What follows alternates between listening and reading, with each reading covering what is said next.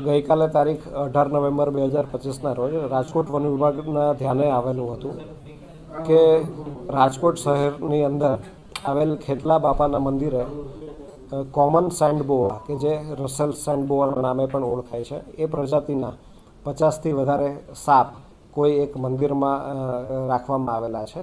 તો આ બાબતને ધ્યાને લઈને વન વિભાગે ટીમ બનાવીને તે સ્થળ ઉપર તપાસણી કરતા ત્યાંથી 52 જેટલા સેન્ડબોઆ સાપ મળી આવેલા હતા.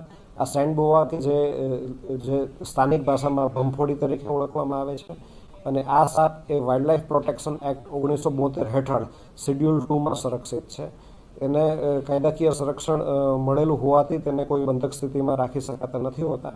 આ બાબતે રાજકોટ વન વિભાગ હેઠળની રાજકોટ ઉત્તર રેન્જ દ્વારા આનો ગુનો નોંધવામાં આવેલો છે તથા એ ગુનામાં વન્ય પ્રાણી સંરક્ષણ ધારાની કલમોનો ભંગ થાય છે તે બાબતે જે મંદિરના મહંત જે હતા શ્રી મનુભાઈ દુધરેજિયા તેમની સામે પણ કાયદેસરની કાર્યવાહી હાથ ધરવામાં આવેલી. તેઓની પ્રાથમિક પૂછપરછમાં એ બાબતો સામે આવેલી હતી કે ખેતલા બાપાનું મંદિર ધાર્મિક રીતે સાપ સાથે જોડાયેલું છે અને ધાર્મિક આસ્થાના કારણે જ્યારે કોમન સેન્ડબોઆ સાપ મળતા તો તેને ત્યાં રાખવામાં આવતા હતા અને ત્યાં કોઈ તસ્કરી થતી હોય કે એનો કોઈ બીજો ઉપયોગ થતો હોય એવી કોઈ બાબતો ધ્યાનમાં આવેલી નથી. વાઇલ્ડલાઇફ પ્રોટેક્શન એક્ટ હેઠળ જે પ્રાણીઓ શેડ્યુલ 1માં સંરક્ષિત છે તેમાં 3 વર્ષથી 7 વર્ષ સુધીની જે સજા છે અને બિન જામીનપાત્ર ગુનો છે.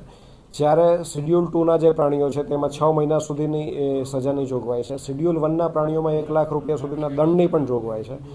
તો જ્યારે આવું એક કાયદાકીય સંરક્ષણ મળેલું છે તો લોકો પણ વન્યજીવોના સંરક્ષણમાં સહકાર આપે તે અપેક્ષિત છે. આમાં જે ગુનો નોંધવામાં આવેલો છે તેમાં ખાસ કરીને આ સાપો છે તે કોઈ ઇલીગલ સોર્સથી કેવી રીતે લાવવામાં આવેલા કે નથી એ બાબતે અમે ઊંડાણપૂર્વક તપાસ કરીશું અને જો બીજા કોઈ લોકો પણ જો આમાં ઇન્વોલ્વ હશે તો તેઓ સામે પણ ગુનો નોંધીને આગળની કાર્યવાહી. તેઓને જે આ ગુનો જે છે એ માંડવાળ ખાતર ગુનો છે એટલે તેઓનો આ બાબતે તેઓનો જવાબ લઈને તેમને હાલ જામીન ઉપર મુક્ત કરેલા છે.